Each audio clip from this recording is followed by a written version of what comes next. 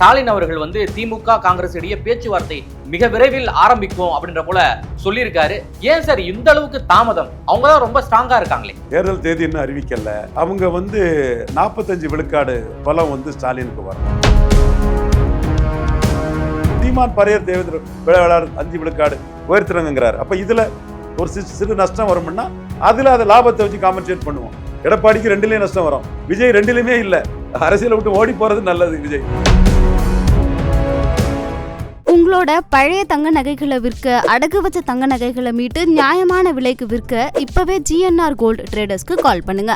திமுக அதுக்கு ஒப்புக்கொள்ளுமா? இப்போ வரைக்கும் கூட்டணி விவகாரம் வந்து பேச்சு நடைபெறாமலே தள்ளி கொண்டு தான் சார் போயின்னு இருக்கு. காங்கிரஸ்ல வந்து ஒரு 5 கோடியே நிமிச்சிட்டாங்க. ஆனா திமுக இப்போ வரைக்கும் என்னன்னே தெரியாம தான் இருக்கு. திமுக அகில இந்திய அளவுல காங்கிரஸுக்கு தேவை. ஆதவர்ஜா ரெட்டிகாரு விடுதலை சிறுத்தைகளை இருக்க முடியாம தூக்கி போடப்பட்டு இங்க வந்து இருக்கக்கூடிய ரெட்டிகாரு வன்மத்தையும் காழ்ப்புணர்ச்சியும் ஒன்னையும் நேசிக்கிறேன்னு சொல்லி லெப்ட் ஹேண்ட்ல டீல் பண்ணிட்டு தூஸ் மாதிரி தட்டி விட்டுட்டு போயிட்டாரு ஸ்டாலின். விஜய் பொசிஷன் பலம் நிரூபிக்காம அவர் கூட கூட்டணி யாரும் போறதுக்குள்ள சூழல் இல்லை. பட் என்றாலும் ஒரு பாப்புலாரிட்டியை வச்சு அவரை காட்டி காங்கிரஸ் சீட்டு அதிகம் பெற முயற்சி பண்றாங்க. ஆவேக்கா வியாபார கட்சி. செங்கோட்டையும் ஓட்டுக்கு 2000 ரூபாய் கொடுத்த செங்கோட்டையும் தான் வந்து வியாபாரம் பண்ற வராருங்க. சோ ஆதவர்ஜுனா வலைவீசி தேடணும், நிர்மல்குமார் வலைவீசி தேடணும், அருண்குமார் அவர் பெருசா தேடிட மாட்டார். இதுதான் தாவேக்காக்க நிலைமை. காங்கிரஸ் வந்து ஒரு மக்களவை தொகுதிக்கு ஒரு தொகுதி வேணும் அப்படின்ற போல டிமாண்ட் வச்சிருக்காங்க சார். காங்கிரஸுக்கு பார்கெனிங்க கொஞ்சம் விஜய் உயர்த்தி விட்டுட்டாரு. அதுல காங்கிரஸ் இவ்வளவு இம்பார்ட்டன்ஸ் வராது. எதுலையுமே நிலைப்பாடு இல்லாம திருமங்கலம் சரத்குமார் மாதிரி நிற்கிறவங்களுக்கு ஓட்டு வருமா? வட தமிழகத்துல போலரைசேஷன் வரும். வன்னியர் பறையர், வன்னியர் நான் வன்னியர்னு வரும். அதுல அந்த பக்கமும் இந்த பக்கமும் இல்லாம விஜய் என்ன கதி ஆவாரு? ரெஃப்ளெக்ட் நேயர்களுக்கு வணக்கம். இன்று நாம் சந்திக்க இருக்கக்கூடிய சிறப்பு விருந்தினர் அரசியல் திறனாய்வாளர் திரு ரவீந்திரன் துரைசாமி அவர்கள். சார் வணக்கம். சார் வணக்கம் கோபி. தமிழ்நாட்டில் வந்து இந்தியா கூட்டணி தான் ரொம்ப வலிமையா இருக்கு அப்படின்ற போல சொல்லிட்டு வராங்க. ஆனா இப்போ வரைக்கும் அவங்களுடைய கூட்டணி வந்து ஒரு புகைச்சல்ல தான் போயின்னு இருக்கு. இதற்கிடையில ஸ்டாலின் அவர்கள் வந்து திமுக காங்கிரஸ் இடையே பேச்சுவார்த்தை மிக விரைவில் ஆரம்பிக்கும் அப்படின்ற போல சொல்லியிருக்காரு. ஏன் சார் இந்த அளவுக்கு தாமதம்? அவங்க தான் ரொம்ப ஸ்ட்ராங்கா இருக்காங்களே. தேர்தல் தேதி இன்னும் அறிவிக்கல. அவங்க வந்து 45 விழுக்காடு பலம் வந்து ஸ்டாலினுக்கு வரும். அது மட்டும் இல்ல, ஸ்டாலின் இமேஜ் வந்து உயர்ந்துட்டு இன்னைக்கு நம்ம யாரும் எதிரியா பார்க்கலன்னு லெப்ட் ஹேண்ட்ல விஜய் டீல் பண்ணிட்டு போயிட்டா பாருங்க. ஆதவர்ஜா ரெட்டிகாரு விடுதலை சிறுத்தைகளை இருக்க முடியாம தூக்கி போடப்பட்டு இங்க வந்து இருக்கக்கூடிய ரெட்டிகாரு வன்மத்தையும் காழ்ப்புணர்ச்சியும் ஒன்னையும் நேசிக்கிறேன்னு சொல்லி லெப்ட் ஹேண்ட்ல டீல் பண்ணிட்டு தூஸ் மாதிரி தட்டி விட்டுட்டு போயிட்டாரு ஸ்டாலின். இந்த இடம் தான் ஸ்டாலினை நான் ஃபர்ஸ்ட்ல ஐடென்டிஃபை பண்ணிட்டேன். கலைஞர் மாதிரி ஒரு குதர்க்கமான அரசியலை ஸ்டாலின் பண்ண மாட்டாருன்னு சொன்னேன். அந்த கலைஞரோட சுரூடான லீடர் ஸ்டாலின் சொன்னேன். கலைஞரையும் நான் பாராட்டக்கூடியவன். எல்லாரும் தோக்கும்போது கலைஞர் வெற்றி பெற்றாருங்கிறது வரலாறு. 62ல கலைஞர் அண்ணா நகரில் வெற்றி பெற்றாருன்னு போனதான் நான் அன்னைக்கு இரவு உணவே எடுத்தேன். வரலாறு.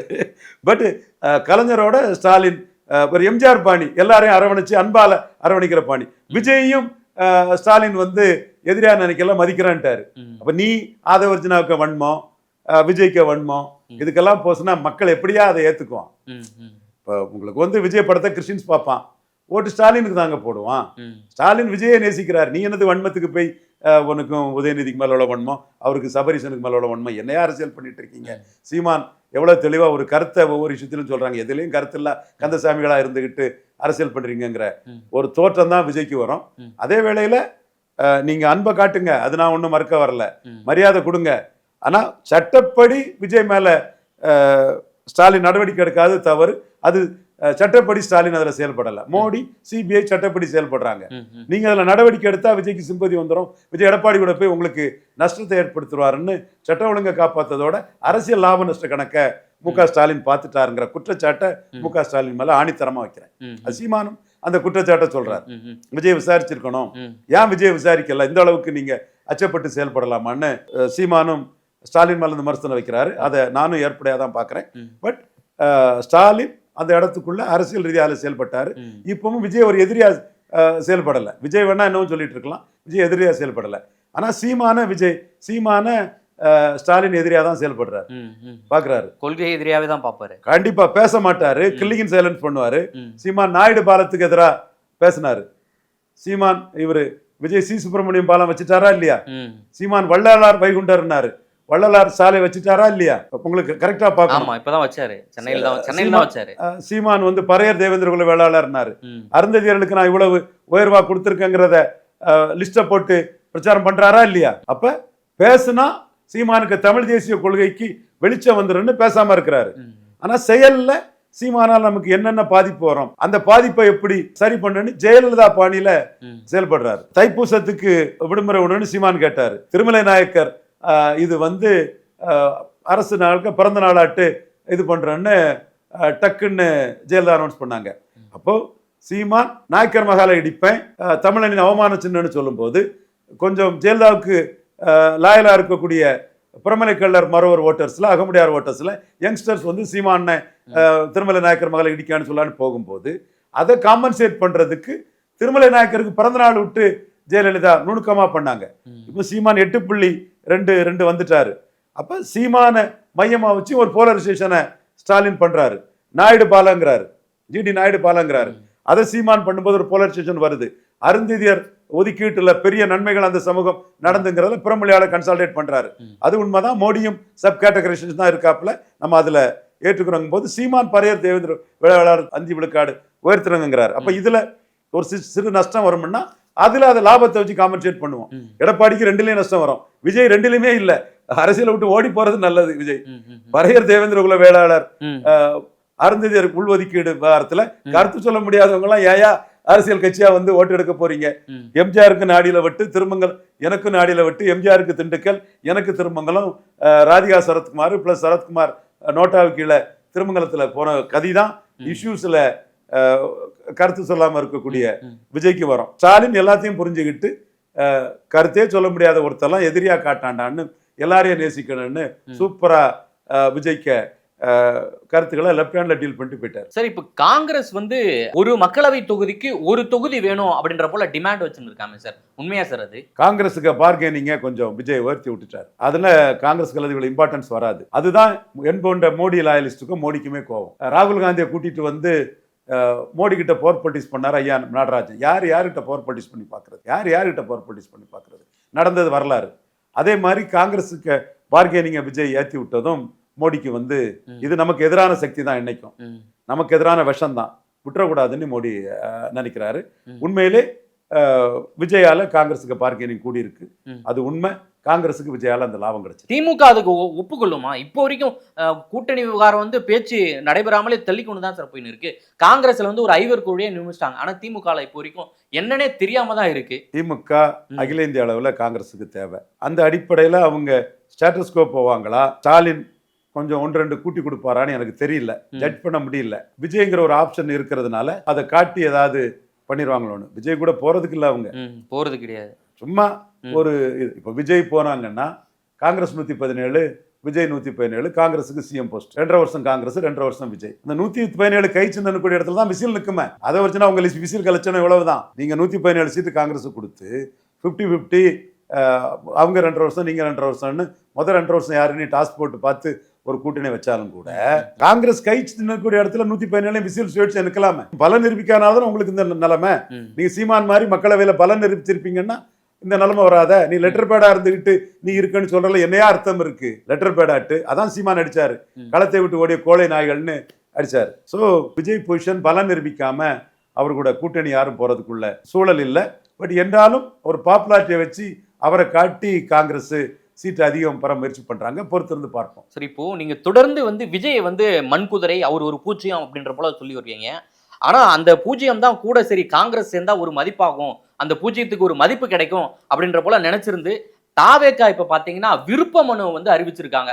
6ஆம் தேதி முதல் 14ஆம் தேதி வரைக்கும் தேர்தலில் நிற்கக்கூடிய விருப்ப மனு வந்து அறிவிச்சிருக்காங்க. இது எப்படி சார் பாக்குறீங்க? காங்கிரஸ் வந்து இனிமேல் கூட்டணிக்கு வராது, இனிமேல் நம்ம பூஜ்ஜியம் தான் அப்படின்ற போல தனித்தனிக்க முடிவு பண்ணிட்டாங்களா? ஆன்லைன்ல விருப்பமனு கேட்டாங்கல்ல, அப்படி ஒண்ணு ஒரு கூத்து அடிச்சாங்கல்ல, அது என்னாச்சு? ஆன்லைன் விருப்பமனு என்னாச்சு? எத்தனை பேர் பார்க்காங்க, யார் யார் பார்ப்பாங்கன்னு பத்திரிகையாளர் பாருங்க.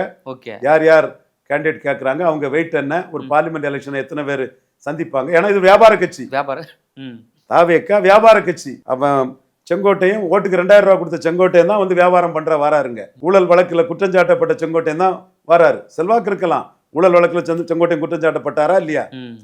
அவர் தான் வராரு. ஸோ இந்த வியாபாரம் பண்ணதுக்கு எத்தனை பேர் வரான்னு பார்க்கணும். விஜய் ரசிகன் சின்சியரா ஒரு 50 பேர் உண்டு. ஓகே. இதை தவிர ஆதவர்ஜுனா வலைவீசி தேடணும், நிர்மல் குமார் வலைவீசி தேடணும், அருண்குமார் அவர் பெருசா தேடிட மாட்டாரு, செங்கோட்டையண்ணன் வலைவீசி தேடணும். செங்கோட்டையண்ணன் கொங்கு மண்டலத்துல எல்லாம் எடப்பாடிக்கு எதிராக வலைவீசி தேடுவாரு. இதுதான் தாவேக்காக்க நிலைமை. இஷ்யூஸ் இல்ல. பறையர் தேவேந்திரகுல வேளாளர் அருந்ததியர் மேட்டர்ல சீமானுக்கு நிலைப்பாடு இருக்கு. தமிழ்ல இருந்து வந்ததான் தெலுங்கு மலையாளம் கன்னடம் மேல சீமானுக்கு நிலைப்பாடு இருக்குது. பஞ்சமண்டல மீட்புல சீமானுக்கு நிலைப்பாடு இருக்குது. இலவசங்கள் நாட்டுக்கு கேடுங்கிறதுல சீமானுக்கு நிலைப்பாடு இருக்குது. தென் டாஸ்மார்க் கூடாதுங்கிறதுல சீமானுக்கு நிலைப்பாடு இருக்குது. எதுலையுமே நிலைப்பாடு இல்லாம திருமங்கலம் சரத்குமார் மாதிரி நிற்கிறவங்களுக்கு ஓட்டு வருமா? வடதமிழத்துல போலரைசேஷன் வரும். வன்னியர் பறையர், வன்னியர் நான் வன்னியர்னு வரும். அதுல அந்த பக்கமும் இந்த பக்கமும் இல்லாம விஜய் என்ன கதி ஆவாரு? அங்க யார் கேண்டிடேட்டா வருவா? எல்லாமே பெரிய சிக்கல்.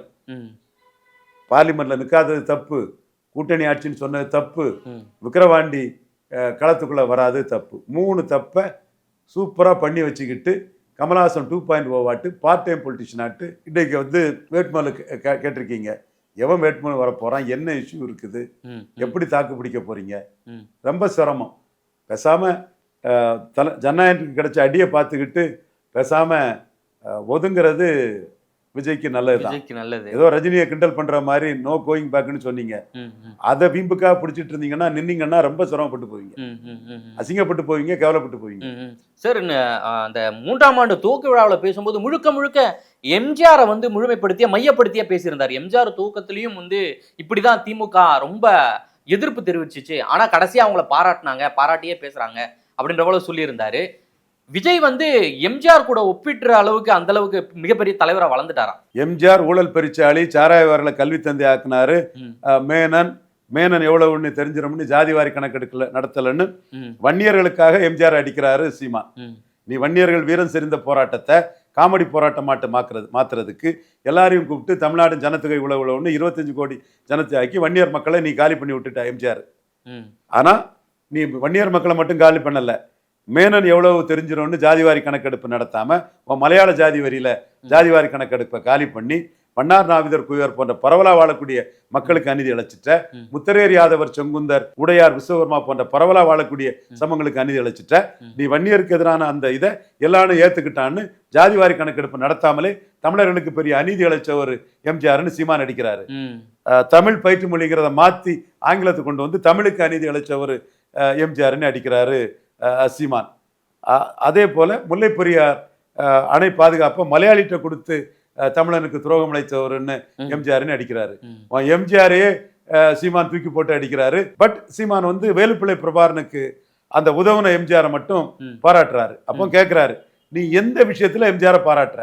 நான் இதெல்லாம் எம்ஜிஆர் அடிக்கிறேன், நீ எந்த விஷயத்துல எம்ஜிஆரை பாராட்டுற? சும்மா பொதுவா சரத்குமார் மாதிரி எம்ஜிஆருக்கு நாடியில விட்டு எனக்கு நாடியில விட்டு எம்ஜிஆருக்கு திண்டுக்கல் எனக்கு திருமங்கலம் மாதிரி விஜய் திருமங்கலம் விஜய்னு ஒரு டப்பா அரசியல் தான் நடக்குது.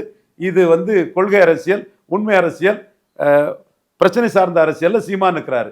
இது விஜயை பலகீனப்படுத்தி சீமான உயர்த்தம். கமலஹாசன் சீமான் கம்பாரிசன், எம்ஜிஆர் ஆட்சி கொடுப்போன்னு கமலஹாசன் சொல்லும்போது எம்ஜிஆர் ஊழல் பெருச்சாளி சாராயவாரிகளை கல்வி தந்தை ஆக்கினார்னு ஒத்தடி அடிச்சாரு. எம்ஜிஆருக்கெல்லாம் இப்போ எங்கன்னு ஓட்டு இருக்கு, 4 மலையாளி போடுவானா இருக்கும். இந்த பாணிக்கு சீமான் அதை சொல்றாரு.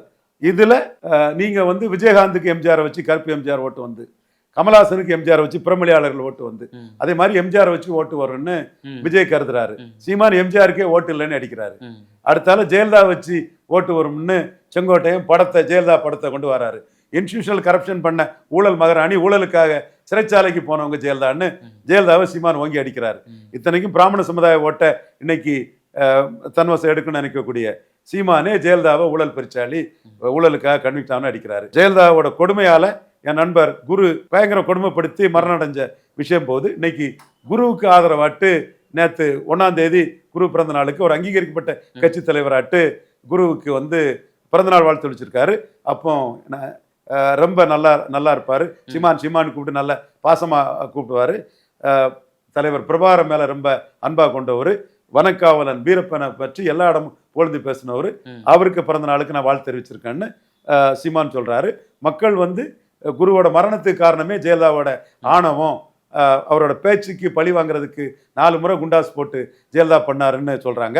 ஜெயலலிதா அவருடைய நடவடிக்கையால் அவரோட மரணம் முன்னுக்கு வந்தது, அவருடைய ஆயுள் குறைஞ்சது, அவருடைய லாங்குவிட்டி குறைஞ்சது, நீண்ட நாள் வாழ வேண்டியவர் குறுகிய நாளில் இறந்தான்னு சொல்லப்படக்கூடிய குருவுக்கு வாக்கு இருக்குன்னு சீமான் குருவுக்கு வாழ்த்து போடுறாரு. ஜெயலலிதாவுக்கு ஓட்டு இருக்குன்னு விஜய் நினைக்கிறாரு. தென் வீரப்பன் என்கவுண்டர் சரியான்னு சொல்ல முடியுமான்னு எடப்பாடியில் சொல்ல முடியுமான்னு எடப்பாடியை கேட்டு சீமான் ஜெயலலிதா அடிக்கிறாரு. எல்லாத்துக்கும் மேலே ஜெயலலிதாவை அது வேண்டாம், எல்லாத்துக்கும் தெரியுமில்ல, அது கேசி பழனிசாமி மட்டும்தான் ஒத்த ஓட்டு ஜெயலலிதாவுக்காக பொங்கி எழுந்தார். அப்போ சீமான் வந்து குருவுக்கு ஓட்டு இருக்கு, வீரப்பனுக்கு ஓட்டு இருக்குன்னு கருதுறாரு, ஜெயலலிதாவுக்கு ஓட்டு இல்லைன்னு நினைக்கிறாரு. சீமான் வந்து மலையாளி மேனன் ஜாதிவாரி கணக்கெடுப்பு நடத்தாம தமிழர்களுக்கு அநீதி பண்ணாரு, மன்னார் நாவிதர் கோயில்களுக்கு பண்ணாரு, முத்தரேர் யாதவர் செங்குந்தர் விஸ்வபெருமானி பரவலாக வாழக்கூடிய சமூகங்கள் எழுச்சியை 40 வருஷமா காலி பண்ணிட்டாரு, வன்னியர்களை காமெடி போராட்டம் மாட்டு நடத்துறதா நினைச்சு இவ்வளோத்தையும் பண்ணிட்டாருன்னு எம்ஜிஆர் அடிச்சு களத்தில் நிற்கிறாரு. ஸோ கமலஹாசன் சீமான் கம்பாரிசன் மாதிரி எம்ஜிஆர் ஆட்சி சொன்ன கமலஹாசன் வீழ்ந்தாரு, எம்ஜிஆர் ஊழல் பெருச்சாலின்னு சொன்ன தமிழ் அடையாளங்களை முன்னிறுத்தக்கூடிய சீமான் எழுப்பினாரு. அதே நிலைமை தான் விஜய்க்கும் வரும். இன்னும் எம்ஜிஆரை பற்றி ரொம்ப பேசுங்க, ஜெயலலிதா பற்றி பேசுங்க. எம்ஜிஆர் ஜெயலலிதாக்கெல்லாம் எங்கேயா ஓட்டு இருக்கு, ஏதோ நீங்க எடப்பாடியை பலையனப்படுத்தி ஏதோ 1.5 விழுக்காடு ஓட்டு விஜயகாந்த் கருப்பு எம்ஜிஆர்னு எடுத்தாரு, கமலஹாசன் எடுத்தாருங்க மாதிரி கொஞ்சம் ஓட்டு எடுக்கலான்னு எடப்பாடியை பலையனப்படுத்தி எம்ஜிஆர் பேரை சொல்லி ஓட்டு எடுக்கலான்னு செங்கோட்டையன் சொல்லியிருப்பாரு. பார்ப்போம், எம்ஜிஆர் ஊழல் பெருச்சாலியா, எம்ஜிஆர் விஜய் சொல்ற மாதிரி கருணாநிதி எதிர்த்து சாதிச்சாரா எதுங்கிறத பார்த்துருவோம். எம்ஜிஆருக்கு இன்னொரு பக்கத்தை சீமான் சொல்றாரு, அந்த பக்கத்துக்கு தமிழர்கள் மத்தியில் ஆதரவு கிடைக்கும். குறிப்பா மலையாளி மேனன் ஜாதிவாரி கணக்கெடுப்பு நடத்தாம வன்னியர்களின் வீரம் செறிந்த போராட்டத்தை காமெடி போராட்டமாட்ட ஆக்குனது மட்டுமல்ல, பல தமிழ் சமூகங்களுக்கும் அநீதி இழைச்சார், அவங்க எழுச்சியை எம்ஜிஆர் தடுத்தார்னு ஜாதிவாரி கணக்கெடுப்பில் எம்ஜிஆரே தூக்கி போட்டு அடிக்கிறார் Seeman. Fortune favours the brave. எம்ஜிஆரை ஊன்றுகோலா வச்சு தன்னம்பிக்கையின்றி நொந்து நூடுல்ஸ் ஆகி விஜய் களத்துக்குள்ள வராரு. எம்ஜிஆரே ஊழல் பெருச்சாலின்னு சீமான் வராரு.